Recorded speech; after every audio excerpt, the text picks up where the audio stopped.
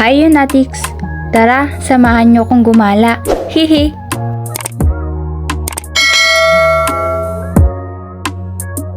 Ngayon nga pala ay nagmamadali kami dahil may hinahabol kaming oras. Kaya sa car na lang ako nag-ayos at nag-makeup.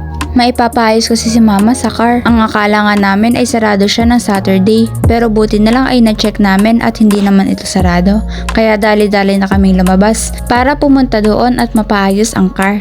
Ayan, umaaura na naman siya. Dito pala sa park na to ay medyo traffic. Pero okay lang kasi maya-maya ay hindi na ito traffic. Dito naman ako sa likod at naghihintay.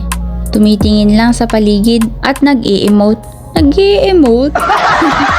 Pero syempre aaura pa rin tayo. Ayan, medyo nawala na ang traffic dyan. At nung makarating kami ay dito lang kami sa waiting area ng kapatid ko. Habang naghihintay pala kami ay nagmapamassage na din kami. Yung kapatid ko pala ay gusto niyang matry. Kaso sira pala itong isang upuan. Nagpapatulong pa siya sa akin bakit hindi daw gumagana. Ang akala ko ay hindi lang siya marunong pero sira pala talaga. Kaya after kong gumamit ay siya naman ang pinagamit ko. Okay. Tapos saglit lang pala kami. Ang akala namin ay may pupuntahan pa kaming iba. Pero wala na pala. Nag-ayos pa naman kami dalawa ng kapatid ko. Pero wala na pala kami ibang pupuntahan. Pero okay lang dahil maya-maya ay... We're going to eat outside. Ha? What? Saan mo? Yapsal. Saan mo? Jong's Kitchen? No, it's different. Do you Saan? like samgyapsal or shabu-shabu? Sanggapsal naman. Sanggapsal! Kala ko kakain tayo ng gulay. At ayan ay dali-dali na akong nag-ayos. Na-excite pala ako mga Lunatics. Kasi ang akala ko talaga sa araw na yan ay kakain kami ng gulay. Mabuti na lang at nakaligtas. Aura! Hindi pa nakontento kanina. Umaura pa talaga siya ulit. So ayan, nagda-dive na naman ulit si mama. At ayan, nag-dive na nga si mama papunta sa aming kakainan. Dito pala sa part na to ay mali ang pinuntahan ko. Kaya tinawag ako nila mama. Ayan, natawa pa nga ako. May hawak kasi akong camera. Kaya ayan, kung saan sana ako napapadpad. Dito pala ako na dapat pupunta. Pero ako sa other way ako pumunta.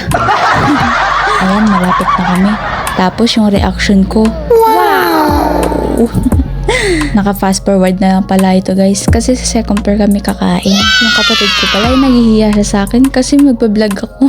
Dito pala guys, ay nakyutan ako dito sa machine na to. Kasi nagsasalita siya. Thank you! Happy to serve! Kanina pala ay lumapit siya sa akin kaso di ko na siya na-videohan. Kasi ang cute niya kaya nawala siguro sa isip ko. Ayan, binidyohan ko na lang siya ng malayo.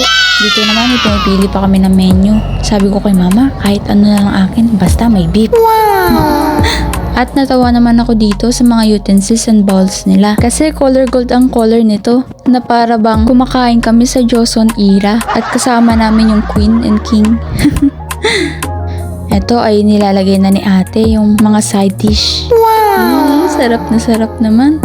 At ito na ang pork and beef. Naku mga Lunatics, habang nag-i-edit pala ako dito ay natatakam pa rin ako. Nagutom na naman tuloy ako ulit.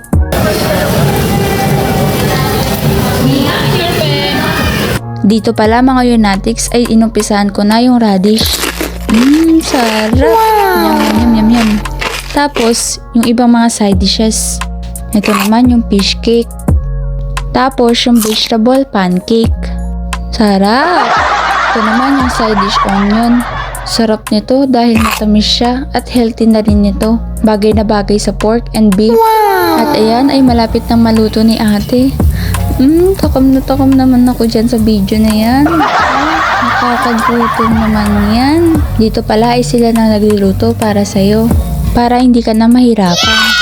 Ayan, kumain pa akong kimchi, tapos rice, tapos yung onion side dish ulit. Hindi pa pala lumalabas ang ngiti ko dyan kasi hinihintay ko pa yung pork and beef. Puro side dishes pala ang nakakain ko. Tapos tinignan ko ng ganyan yung kapatid ko kasi tinanong siya ni mama, bakit ayaw niya pa kumain ng side dishes? Sabi niya hinihintay niya yung beef.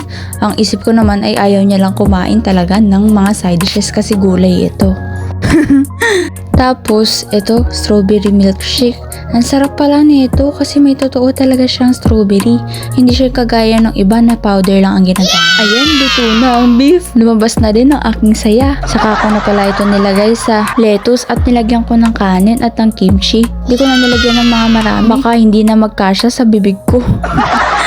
Yan, ang sarap naman yan. Tapos dito, magugulat ako kasi may nahulog pa. Sobrang laki ng nagawa ko. Mali pala ang estimated ko. Akala ko kakasya sa bunganga ko yan. Kaya't dali-dali na akong kumuha ng tissue para kunin yung mga nahulog. Sa sobrang laki pala niya ay hindi ko na siya mamuya ng maayos. Ayan, nagsaya-saya ko na dito. Kasi luto na ang beef and pork. Ayan, ulit-ulit na akong kumakain dyan hanggang sa maubos na lang.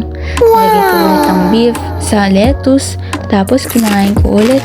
Tapos, kakain ulit ako ng mga side dish na onion, fish cake, kimchi, radish, at kung ano-ano pang mga side dishes. Ang sarap pala ng side dishes nila dito. At maganda ang services ng mga waitress. Mababait sila. Very attentive sila dito. Nako, hinay-hinay ka dyan. Baka mabilaukan ka. Nakalakaw mo ng mga subo mo. Dito pala yung umuusok pa yung egg. Kaya binidyohan ko siya. Maya-maya pa, kinain ko na rin to. Tapos, fast forward ko na ito. Kasi mahaba-haba pa to mga Unatics. Alam nyo naman ako, pag pagkain, maraming kinakain. Lalo na pag beef. Rar. Dito pala, yung radish na kinain ko kanina ay merong siyang part na malaki. Wow. Diyos ko. Tapos kain ulit tayo ng beef. Sarap. Rice ulit. Tapos rice. Tapos side dish. Yum. Tapos naman tayo ng tubig. Baka kasi hindi tayo matanawan mga Unatics. Tapos ayan, fast forward ulit. Kasi marami pa to mga Unatics. Iyan, kain lang ng kain. Yum, yum, yum, yum, yum. Tapos ito pa, laki uli. Yum, yum, yum, yum, yum, yum. Mahaba-haba pa to mga Unatics, kaya ikinat ko na yung mga iba. Hihi. Ayan, tapos na kami mga Unatics. Simot na simot. Pero lang mga gulay. Ayaw, di ba?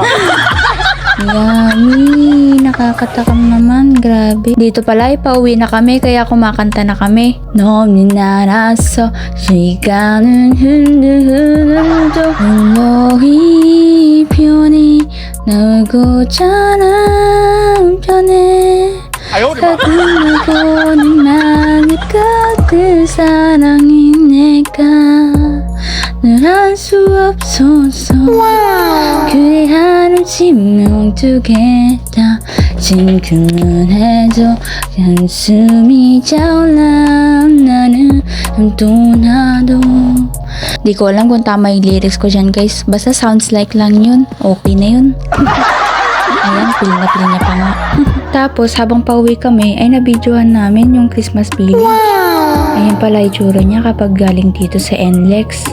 At natutuwa naman ako sa cellphone ko dahil kapag sinusum ko ay kitang-kita yung mga mukha ng tao. Ayan, nakakatawa naman mga Unatics. At ito, nakauwi na kami. Lakad na papuntang house para makapahingan na tayo. Grabe, pagod today. Kasi ang dami naming pinuntahan. Mas lalo naman pagod si mama kasi siya nagdadrive.